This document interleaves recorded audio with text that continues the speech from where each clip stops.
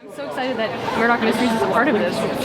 Yeah, it's amazing. We feel very privileged to be a part of it, and it's exciting. Yeah, I can't wait. We're going to go see it now. I think it'll be my first time ever seeing an episode on the big screen, and you'll be able to get everybody's reaction to it firsthand.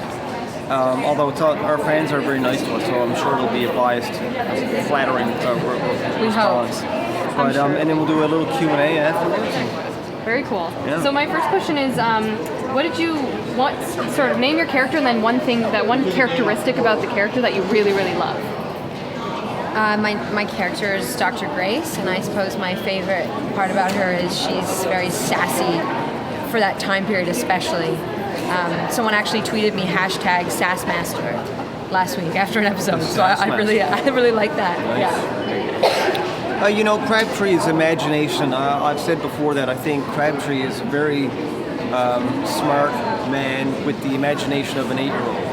He believes everything, and he gets on these wild theories and that are sort of drive everybody else a little crazy. And I like doing that too. I like how he makes the other guys a little bit pissed off.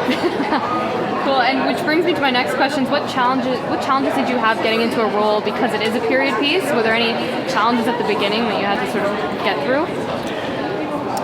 It's funny you should ask that. I saw a rerun last week of an episode from the first season, and I think now I've sort of flattened the way I speak, I think, into a more of that era appropriate way of speaking. With the comedy, I get to sort of like break out of that, a very sort of formal Victorian time, and I get to be a little broader and whatnot. But you try to just, especially if you're ad-libbing a lot too, you don't want to say anything that's anachronistic or something as simple as, a couple of days ago I said okay to somebody in the scene, and then I was like, oh, you can't say okay. They didn't say that. Say okay. So you're going to try to keep it a bit low.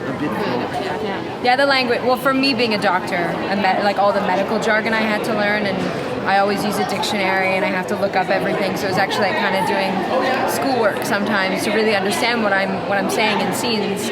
It's been a great skill actually to learn, and I now if I had to play a doctor again or a lawyer or something, I'd feel like I've learned something that would make me more confident to be able to do that. And then the language, obviously, in 1901. You can't ad-lib a lot, but you get better at adding I shall or I shall not. Yeah. It's something you find, you figure it out. Would you be comfortable walking into an actual hospital and doing things now? So if the person was dead, if the person was alive, no. I'd be like, I can't deal with you until you're dead. And then I wouldn't feel so much pressure because he's dead already, so whatever. Fair enough. One more question? We just got to sure. What do you think, what does being a part of Canadian TV culture mean to you, and especially with this festival? It's great. It's very, we're in a very gratifying stage of the life of this show. We always felt it was a little show that could. You may know that we were canceled by a previous network, and we thought it was dead in the water, and then were picked up by another network, which I've never heard of that happening in Canada or anywhere really. But when CBC did pick us up, they really got behind it. They promoted it very well, and that's been reflected in viewership. The numbers are doing great.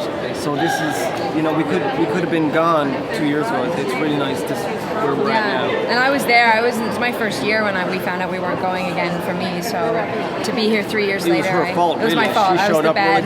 We're getting it. Or I was the good reason for CBC to swoop in. So I was very grateful for that, and CBC is really acknowledging of its stars, and we do a lot of things there. Yeah, they do that well. That's really nice because you work hard for something, and then you have a group of people who really acknowledge you. It's great.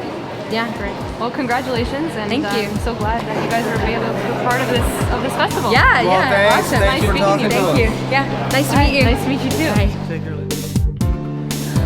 Thank you so much for watching, and we'll see you at next year's festival.